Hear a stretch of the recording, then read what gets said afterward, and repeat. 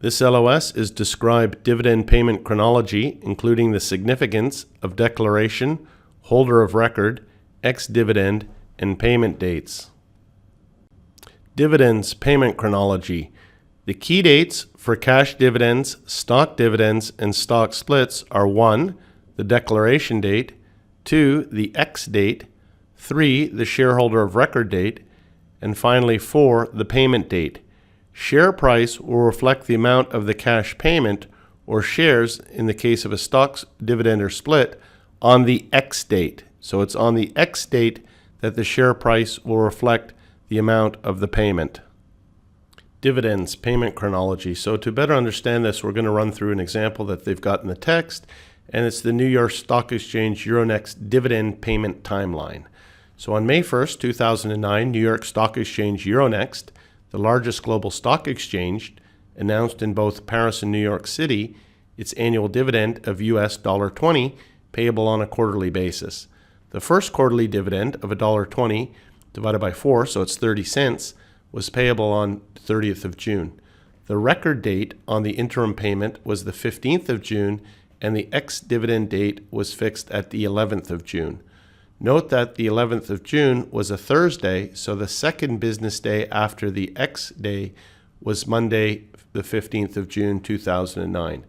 Shareholders could elect to be paid in US dollars or in euros on the basis of exchange rates on the payment date. So here we're going to go through the timeline a little bit, and it's important to understand. So the first thing is the declaration date. That's the 1st of May. Not too many questions can be asked about the declaration date. The second important date is the ex-dividend date, and that's a very important one. That's the day that the stock is trading without the dividend, the first day it's trading without the dividend, so the stock price would decrease by the 30 cents, okay? And so I've put here in bold and in red this date here, which is very important. You must buy the stock on the 10th of June in order to get the dividend, okay? That's the Wednesday, because it says here that the 15th of June was a Thursday, okay? So remember, this brings up a point that we're going to see in another LOS.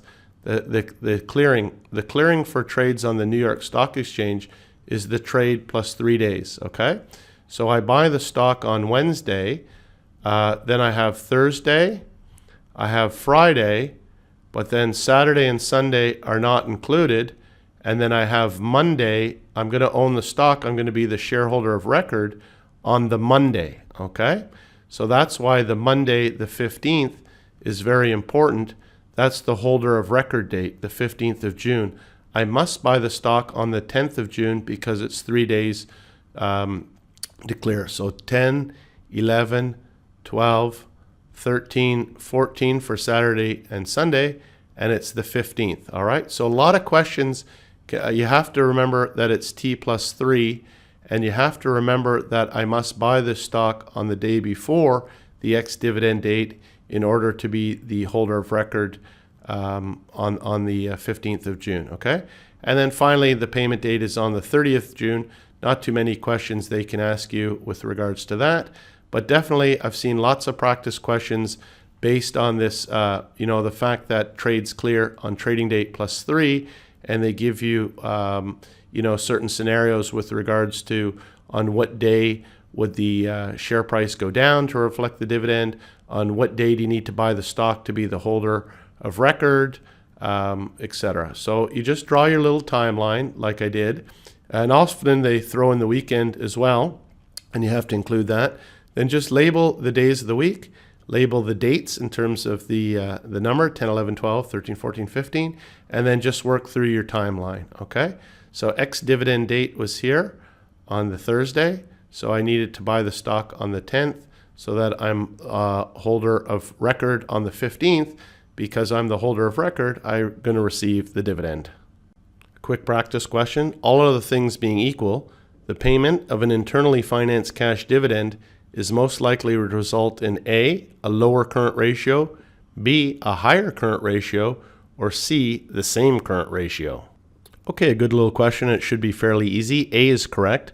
By reducing corporate cash. So you have to read the question very carefully. It says the payment of an internally financed cash dividend. So remember, that's a cash dividend, That's a credit to cash, and it's going to be a debit to retained earnings. So the asset went down, cash went down, okay?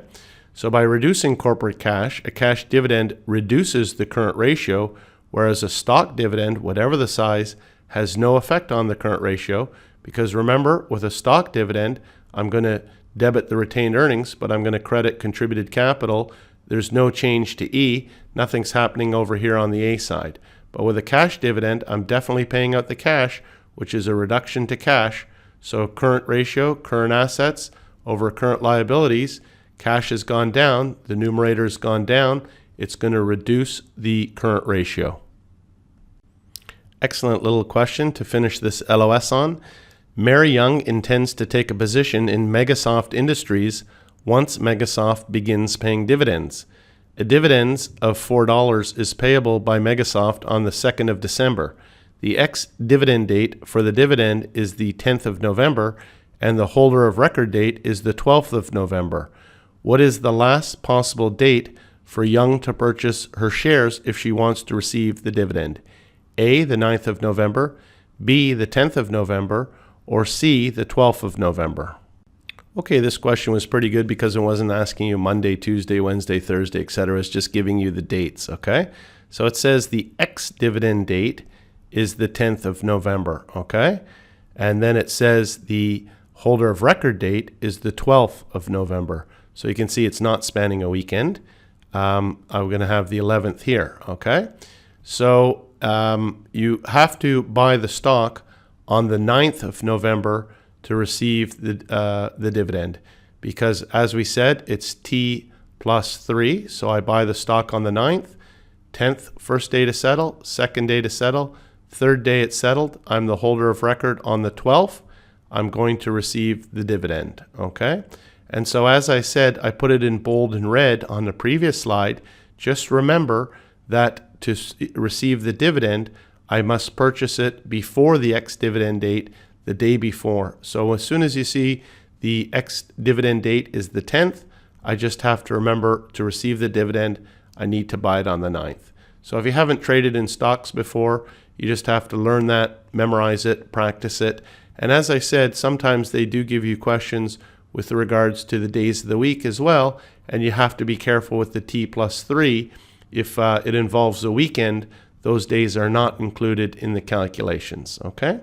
That's the last slide for this LOS. Thank you.